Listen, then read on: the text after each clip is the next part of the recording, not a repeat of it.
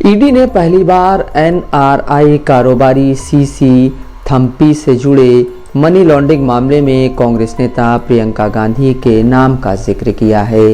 ED ने मामले से संबंधित पहले के आरोप पत्र में उनके पति रॉबर्ट वाड्रा का नाम शामिल किया था। विपक्षी दलों का आरोप है कि केंद्र की भाजपा सरकार अपने विरोधियों को निपटाने के लिए केंद्रीय जांच एजेंसियों ईडी, सीबीआई, इनकम टैक्स और अन्य का इस्तेमाल करती है। प्रियंका गांधी वाड्रा गांधी परिवार और कांग्रेस का प्रमुख चेहरा हैं। इस मामले में नाम का उल्लेख होने से छवि पर असर पड़ेगा।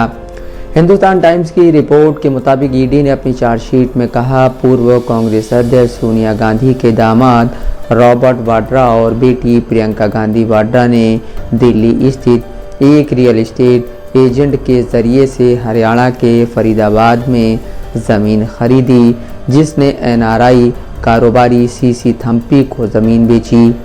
ईडी ने आरोप लगाया कि रॉबर्ट वाड्रा और थम्पी के बीच एक लंबा और गहरा रिश्ता है जो सामान्य और व्यावसायिक हितों तक फैला हुआ है। इस बड़े मामले में फरार हथियार डीलर संजय भंडारी शामिल है। उस पर मनी लॉन्ड्रिंग, विदेशी मुद्रा कानूनों और आधिकारिक गोपनीयता अधिनियम का उल्लंघन करने की जांच चल रही है।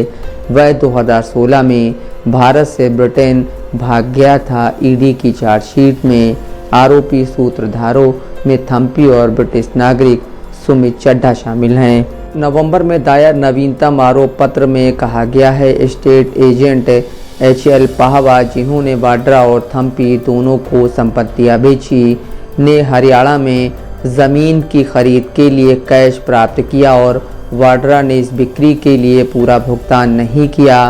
पाहवा ने 2006 में प्रियंका गांधी को कृषि भूमि भी बेची और 2010 में उनसे इसे वापस खरीद लिया।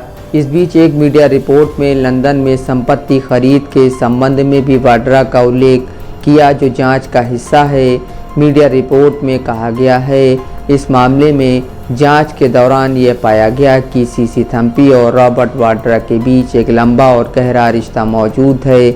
उनके बीच न केवल व्यक्तिगत सौहार्दपूर्ण संबंध बल्कि सामान्य व्यावसायिक हित भी पाए जाते हैं।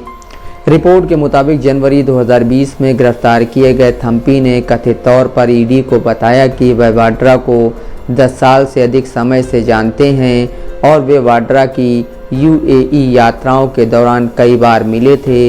ईडी ने कहा कि थम्पी ने 2005 से 2008 तक हरियाणा के फरीदाबाद के गांव अमीपुर में 486 एकड़ ज़मीन खरीदने के लिए पाहवा की सेवाओं का इस्तेमाल किया था। आरोप पत्र में ईडी ने कहा, यह उल्लेख करना ज़रूरी है कि रॉबर्ट वाड्रा ने 2005-06 के बीच अमीपुर फरीदाबाद में 334 कनाल यानी 40.04 एकड़ ज़मीन के 3 टुकड़े एचएल पाहवा से खरीदे और दिसंबर 2010 में वही ज़मीन पाहवा को बेच दी।